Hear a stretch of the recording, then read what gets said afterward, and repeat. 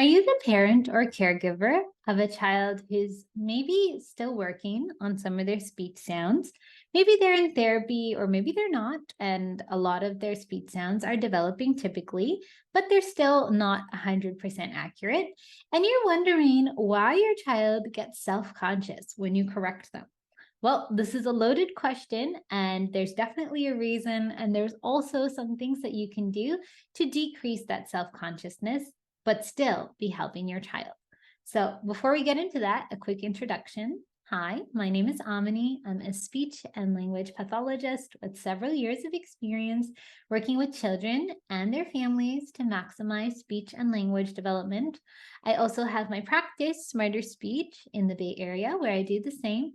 And my mission with this channel is to empower parents and caregivers of young children, because this is when speech, language, and the foundations of learning are developing so rapidly. And just little changes in the way you talk and play with your child have huge implication for the years to come. So let's get into our question. Why does your child feel self-conscious when you correct their speech sounds?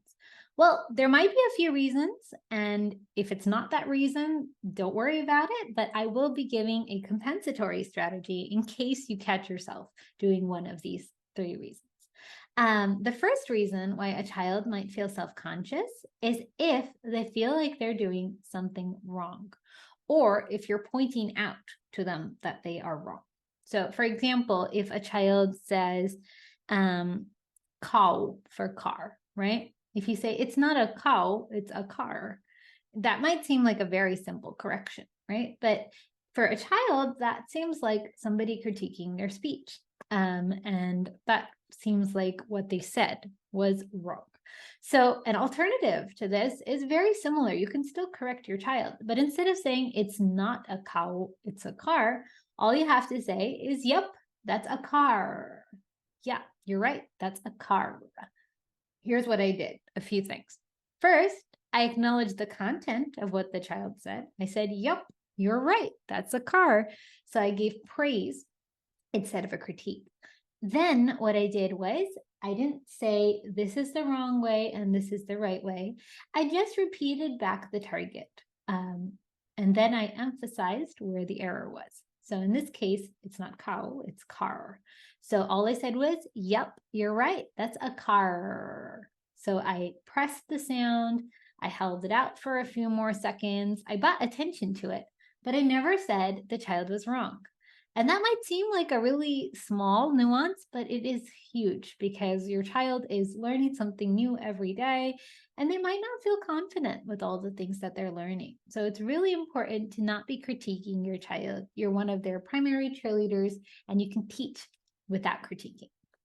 The next reason why you might be having an issue with your child feeling self-conscious when you are correcting is you might be doing it too often. So the way I kind of like to talk to parents about this is, how would you feel if you were talking and somebody kept interrupting you to tell you that a grammatical thing that you said was incorrect? It would probably not feel very good. Versus if somebody set up a meeting time with you, maybe a couple of minutes a week or something like that, to go over some strengths and some weaknesses, and then they mentioned the grammar error that they noticed. That second one would probably go over better. And with your child, it's kind of the same thing. So if you notice that your child is saying a certain sound wrong, you can just set aside 5 or 10 minutes in your day. Maybe during reading time, or maybe when playing Legos, or when playing dress up with dolls, where you're going to say, you set the timer, and then you're going to say, hey, I'm going to correct only at these times.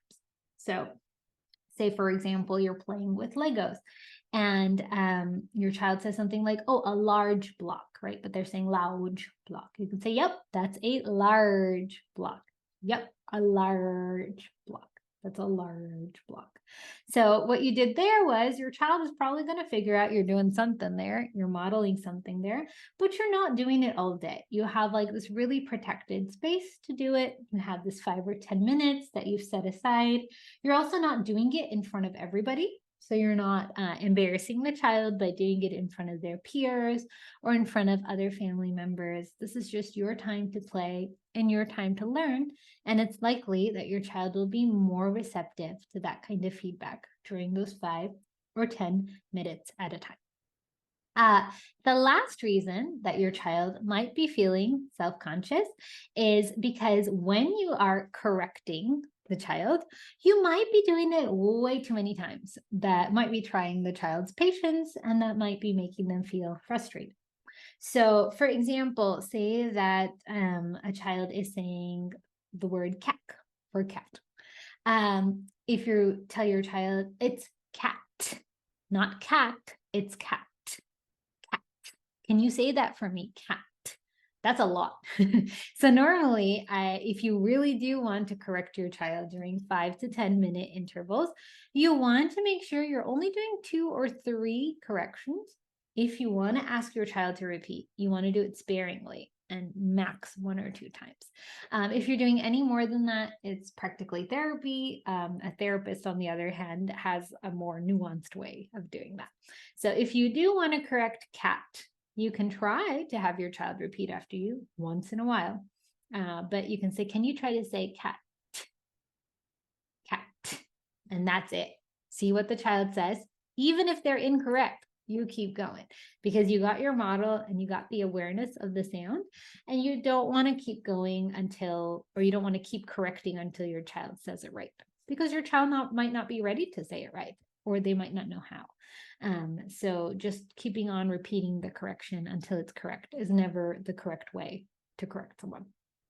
So that is something to keep in mind as well. So those are our 3 tips. 1, make sure you're not telling your child that they are wrong. 2, make sure that you're only setting aside some times in the day, some safe times to go over speech sounds. 3, do not model until the child says it correctly. You'll be going for a very long time, and it'll most likely be frustrating. So once you know those 3 things, remember the best thing that you can do is repeat back what the child says in the correct way.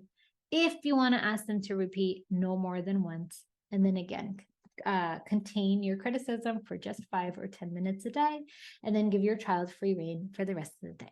Those 3 tips will go a long way into having your child be less self-conscious, and maybe even not notice when you're correcting speech sounds. So I hope you enjoyed that tip. If you're looking for more speech sound resources, check out some of the links in the description box below. There's a link to our mailing list where you can get a free monthly speech and language tip delivered to your inbox. There's also a link to our ebooks. There are 2 ebooks on speech sounds. There's also a link to our parent education course on speech sound development, so you can check those out as well.